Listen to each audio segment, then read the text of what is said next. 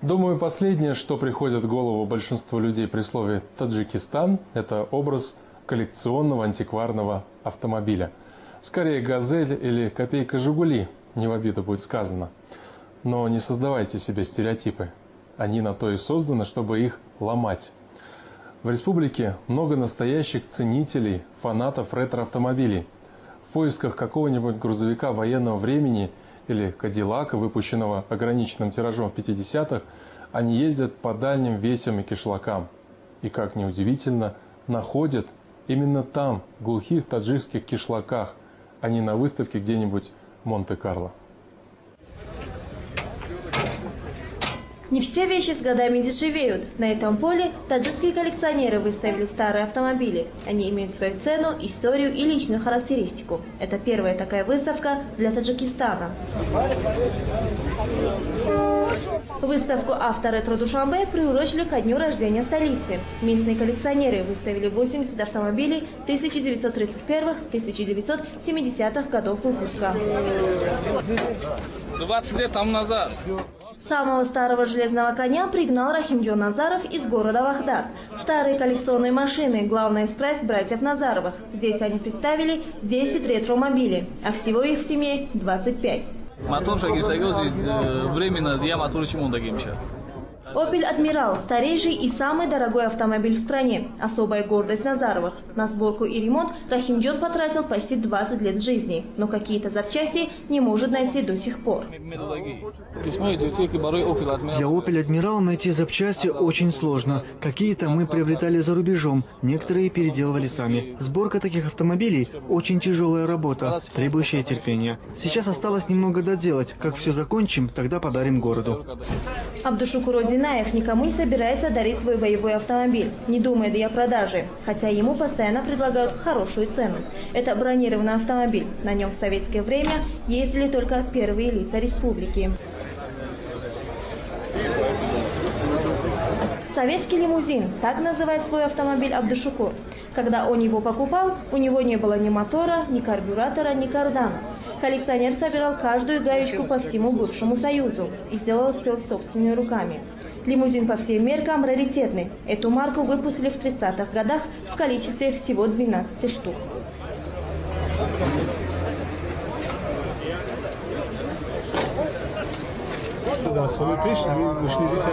В прежние годы такие марки ЗИЛ-301 изготавливались только для правительственных лиц. Когда они выходили из эксплуатации, то их читировали и сдавали на металлолом. Я не знаю, как эта машина уцелела. К счастью, она попала ко мне. Такие машины выпускались по спецзаказу. Вот этих лимузинов было всего 12.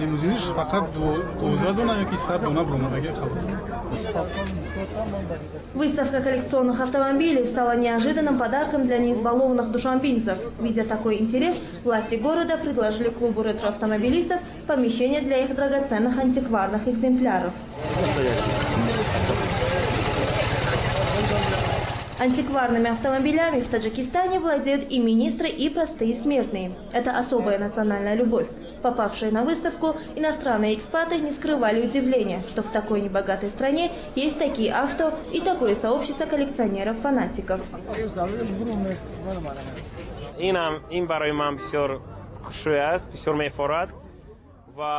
Я уже долгое время нахожусь в Таджикистане, и мне даже не верится, что здесь есть столько прекрасных антикварных автомобилей.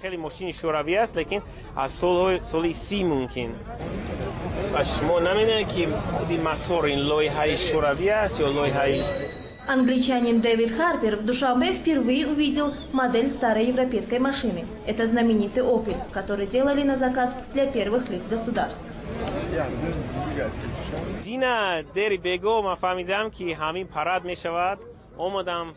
Я узнал, что состоится фестиваль-выставка, и с раннего утра стоял и ждал открытия. Лично для меня это очень интересно, потому что на выставке представлены очень старинные автомобили.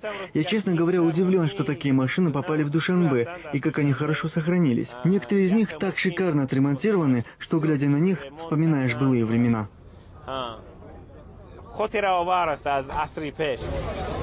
Владельцев коллекционных авто мало интересует их функциональное предназначение.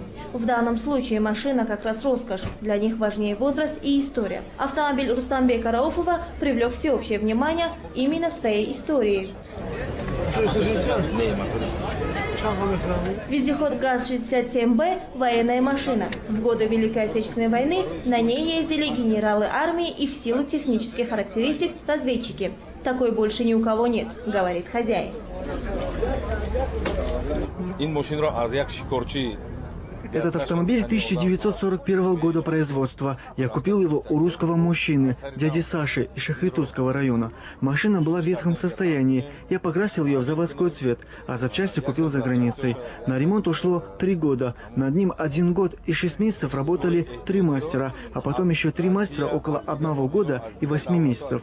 Я готов потратить столько средств, сколько потребуется для полного ремонта, потому что на таком ездили только генералы. После войны каждой советской республике раздавали по одной такой машине, и тогда на них разъезжали чиновники. Владельцы хвастаются, что их автомобили могут стоить и $100 000 и больше. Но специалисты говорят, что пока это все же хобби для избранных.